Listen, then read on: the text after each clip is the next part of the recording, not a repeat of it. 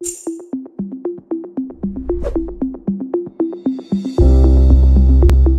бир адам коргошундан уулануу булактарын билиши керек. Анткени аларды колдонуудан оолак болуу менен сиз коргошундун кесепеттеринен арыла аласыз.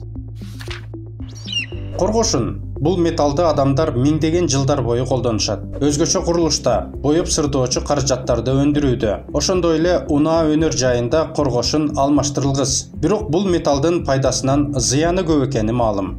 Жер жүзүндөгү көптөгөн изилдөөлөр коргошундун уулуу зат экенин аныктады. Бул металл организмге аба, суу, топурак, жада калса боек, идиш аяк, оюнчук, косметика аркылуу кирет.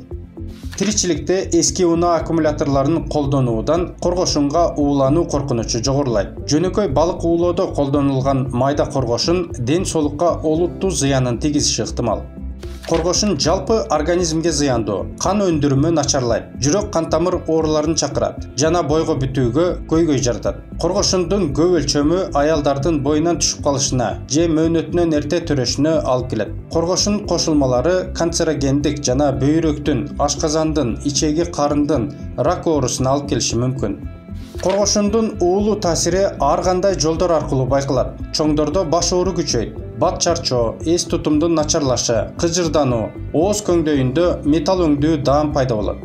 Ал эми балдар өзгөчө аялуу. Коргошун баш мээнин жетилишин кечеңдетип, бойдун өсүшүнө, жакшы окууга жана жүрүм-турумга кедергесин тийгизет. Балдардын амал көйлүгүн начарлатып, бат кыжырданып, агрессивдүү болушуна алып келет.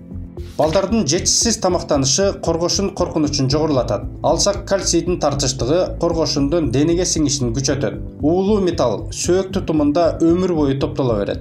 Белгилерге карап, дарыгерде коргошунга уулануу боюнча шек жаралышы мүмкүн, бирок аны тастыктоо татаал. Дарт аныктоонун ишенимдүү жалгыз жолу бул кандагы коргошундун өлчөмүн тест аркылуу аныктоо болуп саналат.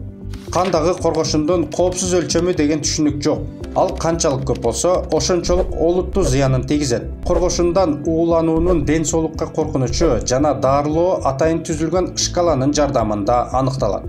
Дарыгер бейтаптын жашаган жерине, жеке өзгөчөлүктөрүнө карап кеңештерин берет. Дарылоонун ийгиликтүү жүргүзүлүшү үчүн эң маанилүү жагдай бул коргошундан уулануу булактарын жок кылуу болуп саналат.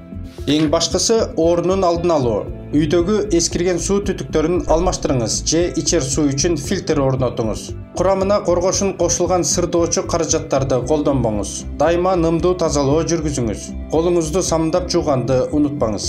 Курамына коргошун кошулган буюмдарды жасалгаларды сатып албаңыз. Этикетканы жакшылап окуңуз. Балдардын оюнчуктарынын бөтөлкөсүн жана упчусун дыккат жууңуз. Чылым чегүүдөн баш тартыңыз жана туура тамактаныңыз. Өз учурунда Кыргыз Республикасынын Саламаттык сактоо министрлиги коргошундун таасирин азайтуунун үстүнөн кызуу иштеп жатат. Элдик колдонуудагы товарларда уулуу металлды аныктоо иштери жүргүзүлдү. 1 жаштан 6 жашка чейинки балдардын канындагы коргошундун деңгээлин аныктоо боюнча ири изилдөө пландаштырылууда. Ага кошумча уулуу булактарды аныктоо үчүн айлана чөйрөгө көзөмөл жүргүзүлмөкчү. Ар бир адам коргошундан уулануу булактарын билиши керек. Анткени аларды колдонуудан оолак болуу менен сиз коргошундун кесепеттеринен арыла аласыз.